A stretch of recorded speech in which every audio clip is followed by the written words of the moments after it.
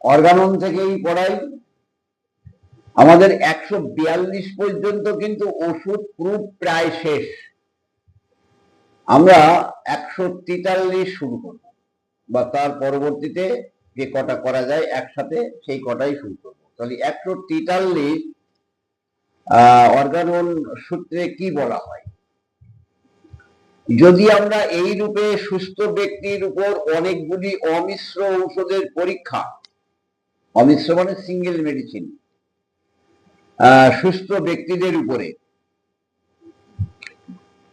অনেকগুলি মেডিসিন, পরপর না, আজকে একটা মেডিসিন প্রুফ করলাম, এই মানুষটা দেহেতে হয়তো 6 মাস পরে আর একটা মেডিসিন, নতুন মেডিসিন প্রুফ করবো দেহেতে, এইভাবে মানে নানান প্রুফারের উপরে নানান জাতীয় মেডিসিনগুলি প্রুফ করার পরে উপরে অনেকগুলি অমিশ্র ঔষধের পরীক্ষা, অমিশ্র অর্থাৎ মিশ্রণ নয়, নাক দিয়ে আর কার্ভেজ দিয়ে একসাথে মিশিয়ে প্রুফ করা হয়নি কোথাও। আর নাকটার কার্ভেজ একসাথে মিশ্রণ করে খাওয়ানো অপহোমিওপ্যাথি, যে হোমিওপ্যাথির এই জানে না, ওই Berberis mother, Sarsaparilla mother, Lycopodium mother, এই সমস্ত কটা একসাথে মিশিয়ে কমপ্লেক্স মেডিসিন ওই পাথর সারি যাবে কিডনির, না ওগুলি কিন্তু হোমিওপ্যাথি হইল না, বুঝলে? অ্যালো হোমিও জগা খিচুড়ি প্যাথি হয়ে গেল, ওর কোনো থিওরি নেই। বলছে অনেকগুলি অমিশ্র ঔষধের পরীক্ষা ও যত্ন সহকারে যথাযথভাবে যে সকল রোগ উৎপাদন এবং লক্ষণ তারা কৃত্রিম রোগ উৎপাদক রূপে জন্মাইতে পারে তাহাদের লিখিয়া লই। অর্থাৎ ওষুধ প্রুফারের কাছ থেকে ওষুধ প্রুফারকে ওষুধ প্রুফ করার পরে তাদের যে নোট দেওয়া হয়, বুক, নোটবুক, তাতে যা লেখে বা আমরা তাদের সাথে আলোচনা করে যে সিমটমস গুলি প্রাপ্ত হই, সেই লক্ষণগুলি আমাদের ভেষজ বিজ্ঞান অর্থাৎ ম্যাথমেটিকা। আচ্ছা, অর্থাৎ কৃত্রিম রোগ উৎপন্ন কোন কোন মেডিসিন কেমন কেমন লক্ষণ সকল উৎপন্ন করতে পারে, কোন কোন মেডিসিন প্রুফারের দেহেতে কৃত্রিম রোগ লক্ষণ সমষ্টি উৎপাদন করতে পারে, তবে আমরা প্রকৃত ভেষজ বিজ্ঞান প্রাপ্ত হই। এইভাবে যদি আমাদের মেডিসিন প্রুফ করা হয় আর সেইগুলি যদি আমাদের লিপিবদ্ধ করা হয়, তাহলে আমরা প্রকৃত ভেষজ বিজ্ঞান অর্থাৎ ম্যাথমেটিকা পেলাম। সঠিক এখানে অনুমান কল্পনা মনে হয় হতে পারে, দেখি তো, এই ধরনের ভাষার কিন্তু কোনো স্থান নেই। তাই যদি আমাদের ম্যাথমেটিকা এইভাবে সংগ্রহ করা হয় বা হয়েছে, আমরা তো এখন ওষুধ প্রুফ করি না, ওষুধ প্রুফ করে আমাদের পূর্বপুরুষ যারা আছেন তারা করে রেখেছেন, তাদের সেই সম্পদ আর সম্পত্তি দেখভাল করার দায়িত্বটা শুধু আমাদের, পুনর্বার এখন করতে হবে না।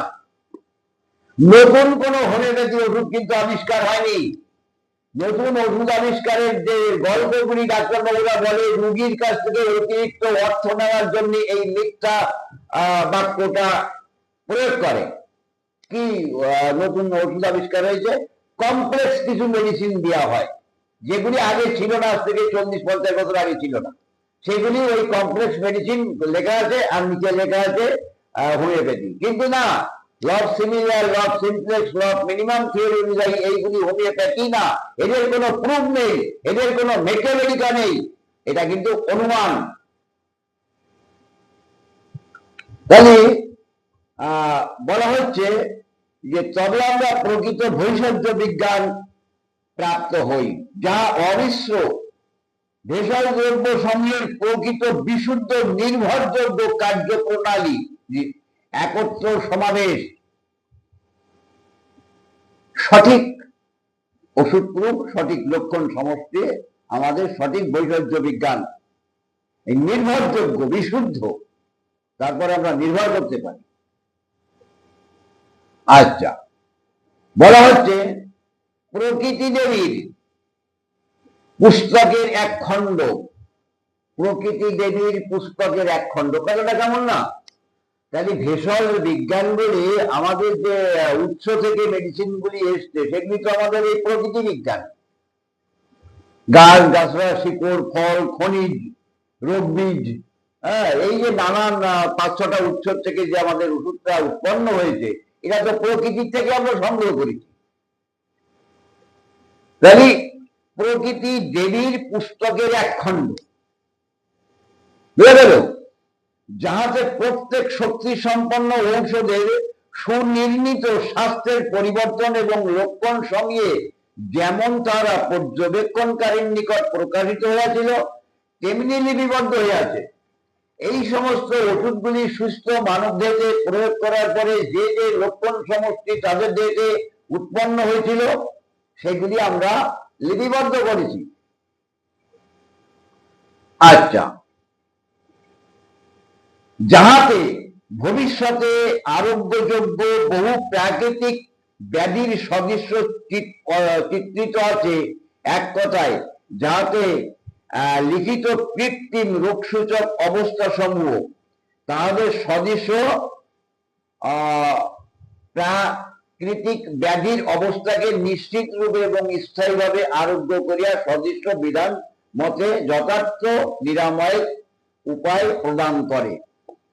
অর্থাৎ আমাদের যে ওষুধ প্রয়োগগুলি করা আছে তার চিত্র, চরিত্র, তার লক্ষণ সমূহ, লক্ষণ সমষ্টি যা আমরা পেয়েছি সেটা ম্যাথমেটিকা করা আছে।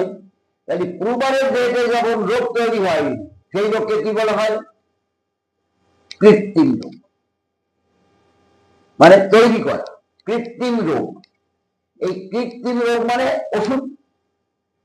এই ওষুধটা প্রয়োগ হয় কোথায়? প্রাকৃতিক রোগের উপরে, মানে ন্যাচারাল ডিজিজের।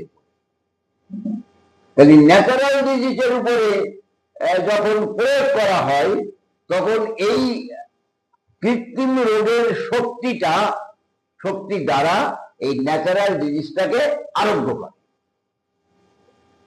রিসিনাস যে লক্ষণগুলি ডায়রিয়া, কলেরা সদৃশ্য উদয়ময় লক্ষণ তৈরি করতে পারে, এই লক্ষণটা কি? কৃত্রিম। আর মানুষের যখন কলেরা সদৃশ্য উদরময় হয় সেটা কি? প্রাকৃতিক, ন্যাচারাল। তাহলে সেই প্রাকৃতিক কলেরাটাকে লক্ষণ সাদৃশ্যে যদি রিচিনাস ব্যবহার করি তাহলে আরোগ্য হয়ে যায়। বুঝে গেল? তাহলে আমি যা দিয়ে আরোগ্য করব তার সম্পর্কে জ্ঞান থাকতে হবে। সেই বৈষম্য বিজ্ঞান, ম্যাথমেটিক্যাল যে লক্ষণগুলি লিপিবদ্ধ আছে তার উপরে বিশ্বাস রাখতে হবে। যাদের দ্বারা প্রুফ করা হয়েছে তারা বিশ্বস্ত লোক হতে হবে। তাদের অনুভূতি সকল এবং সংগ্রামী ব্যক্তি, আগে যেগুলি আমি তোমাদের আলোচনা করেছি সেই প্রুফাররা যা লিখেছেন সেগুলি আমাদের পড়তে হবে। বা অনেক সময় চিকিৎসকরা নিজেদের ওষুধ প্রয়োগ করে তার লক্ষণ সকল লিপিবদ্ধ করে বৈষম্য বিজ্ঞান আরো পরিস্ফুটিত করে। বা কি যাতনা বিষয়ে বুঝিবে সে কিসে, অর্থাৎ নিজের দেহে ওষুধ প্রয়োগ করলে কি লক্ষণ উৎপন্ন করতে পারে তার স্মৃতি কোষে যেটা থেকে যাবে সেটা জীবনেও ভুল হবে না। তাই এক কথায় কি হলো, রুগী দেখো কেস রেকর্ড করো। উইদাউট কেস রেকর্ডে হোমিওপ্যাথি ওষুধ দেওয়ার নীতি বিরুদ্ধ, যেই হোক না কেন, মহাত্মা হ্যানিম্যান হোক আর কেই হোক। বোঝা গেল? কোন লক্ষণের উপরে আমি ওষুধ দিলাম, সেই লক্ষণ সমূহ বা লক্ষণ সমষ্টি কোন মেডিসিনের মধ্যে আছে সেই মেডিসিনটা তো আমার দেওয়া আছে। যদি আমার লিপিবদ্ধ না থাকে তাহলে আমার পরে কি করে মনে রাখবে? তাহলে প্রকৃতি দেবীর উপরে যে ওষুধগুলি আছে, অর্থাৎ প্রকৃতির কোলে, অর্থাৎ ম্যাথমেটিক্যাল যে ওষুধগুলি আছে প্রকৃতির সম্পদ, সেগুলি কিভাবে রোগ লক্ষণ উৎপন্ন করেছে, কেমন ধরনের রোগ লক্ষণ সমষ্টি উৎপাদন করেছে, কেমন ধরনের তার মেন্টাল অনুভূতিমূলক লক্ষণগুলি প্রকাশ করেছে, সেগুলি যদি আমাদের জানা থাকে পূর্ণাঙ্গভাবে, তাহলে কখনোই কিন্তু আমার ওই মেডিসিন নির্বাচনে আর ভুল হবে না। আমরা যদি মনে করতে পারি এই রোগীটা লাইকোপোডিয়ামের, তাহলে লাইকোপোডিয়াম দিয়ে ওই গলব্লাডার পাথর বা কিডনির পাথর ট্রিটমেন্টের জন্য আলাদা করে কি বার্বেরিক গলগারে, তারপরে ওই স্বাস্থ্যকারীরা ওই অমুক তমুক রাম খান যদুমধু ওই কমপ্লেক্স কেয়ার দেবো না। আমি যদি জানতে পারি এই রোগীটার জ্বর হয়েছে ডাইরেক্ট ডায়রিয়া, তাহলে কিন্তু ডায়রিয়ার সাথে আর রাজটক দেবো না। তাহলে ডায়রিয়ার সাথে রাজটক আমরা কখন দিই? যখন ডায়রিয়াটাকে সম্পূর্ণরূপে চিনতে না পারি। হয় ডায়রিয়া আমি জানি না, তা না হলে কেস রেকর্ড করে ডায়রিয়ার লক্ষণ সকল পাইনি, বা লক্ষণ সকল যা পেয়েছি তার থেকে ক্লাসিফিকেশন করে লক্ষণকে মূল্যায়ন করে ওয়ান মেডিসিনে আমি যেতে পারিনি, আমার অজ্ঞতা, যার কারণে রাজটক্স খাও ডায়রিয়াও খাও না। এটা কিন্তু হোমিওপ্যাথি নয়। এতে হয়তো তরুণ রোগের কখনো কখনো উপশম হয়, বা সে তো নির্দিষ্ট মেয়াদির মধ্যে রোগ আরোগ্য হয়ে যায় তার স্বভাব অনুসারে, কিন্তু যদি ক্রনিক জিনিস হয় বা কনস্টিটিউশনাল জিনিস হয়, ধাতুগত রোগ হয়, তাহলে কিন্তু এইভাবে ট্রিটমেন্ট জীবনেও হবে না। এবার তাহলে রোগ, প্রাকৃতিক রোগকে আরো দুটো হচ্ছে কৃত্রিম রোগ। কৃত্রিম রোগের রোগ লক্ষণ উৎপাদন করার ক্ষমতা আছে, এটা প্রমাণিত। কোথায় প্রমাণিত? সুস্থ মানবদেহে। সুস্থ মানবদেহে প্রুভ করা হয়েছে কি কি লক্ষণগুলি প্রকাশ করেছিল, সেই সেই লক্ষণগুলি হচ্ছে আমাদের ভৈষজ্য বিজ্ঞান, অর্থাৎ ম্যাথমেটিক্যাল। সহজ ব্যাপার। আমরা যেমন বীজগণিত অঙ্ক করি তার একটা ফর্মুলা থাকে, হোমিওপ্যাথি ট্রিটমেন্ট করবো তার একটা ফর্মুলা আছে, আন্দাজে চালিয়ে যাও। এবার স্টেথিস্কোপ গলায় দিয়ে মাছ কিনতে চলে গেলাম, সবাইকে বুঝাচ্ছি আমি ডাক্তার হয়ে গেছি। এদিক লব সিমিলার কাকে বলে, লব সিম্পলেস্ট কাকে বলে, লব মিনিমাম কাকে বলে কিছুই জ্ঞান নেই। অর্গানন আমি জীবনেও পড়িনি, আর ওর দোয়া পড়িছি বুঝি না। হয়ে গেছে কি করে হবে? লোক ঠকানো কাজ। পরবর্তীতে আমাদের 144 এইরূপ ভৈষজ্য বিজ্ঞান হইতে যাহা শুদ্ধ আনুমানিক, যাহা কেবল কথার কথা মাত্র বা কাল্পনিক, তৎ সমস্তই বিশেষভাবে বর্জন করা প্রয়োজন। তাই ম্যাথমেটিক্যাল পড়তে কি করে হবে বোঝা গেল? এখানে কিন্তু বলা হচ্ছে তাই কল্পনা, আনুমানিক, মনে হয়, হতে পারে। অনেক সময় তোমরা দেখতে পাবা গ্র্যান্ড হয়েছে সত্য, অভ্যাস, ক্যালকেরিয়া কোর্স 200 অভ্যাস, এই সমস্ত অনুমানের কথাগুলি কিন্তু চলবে না। তাই ম্যাথমেটিক্যাল পড়ার সময় এই কাল্পনিক, মনে হয়, হতে পারে, দেখিত বলে যে কথাগুলি লেখা আছে সেই কথাগুলি কিন্তু বাদ দিয়ে সঠিক চিত্রটা তোমাকে তুলে ধরতে হবে। বুঝা গেল? এইবার সমস্ত যত্নপূর্বক এবং সরলভাবে জিজ্ঞাসিত প্রকৃতির উক্তি হওয়া উচিত। তাহলে রোগীর কাছে সরলভাবে জিজ্ঞাসা করলে তার মধ্যে থেকে কেস রেকর্ড যেমন হবে, আর প্রকৃতির কাছে ঔষধ চাইতে গেলে, অর্থাৎ ম্যাথমেটিক্যাল যেভাবে লক্ষণগুলি লিপিবদ্ধ আছে সে সম্পর্কে জ্ঞান থাকলে আমার মনে পড়ে যাবে। কেউ যদি আমাকে অপমান সূচক কথা বলে, 10 বছর বাদে তার মুখখানা দেখলে কিন্তু আমার সেই পূর্ব স্মৃতি মনে আসবে। কোন পথ দিয়ে চলার সময় আমার বুড়ো আমলে যদি হুচট খেয়ে রক্ত বেরিয়ে যায়, 10 বছর বাদে সেই স্থানে যাওয়ার সময় কিন্তু মনে পড়বে এই জায়গায় হুচট খেয়ে আমার নকুল টেকেছিল। তাহলে প্রকৃতভাবে যদি আমরা পড়ে ওষুধকে মনে রাখতে পারি, তাহলে কেস রেকর্ডের সাথে সাথে কিন্তু আমাদের ওষুধ নির্বাচন হয়ে যাবে। বোঝা গেল? থাক 143 থাক।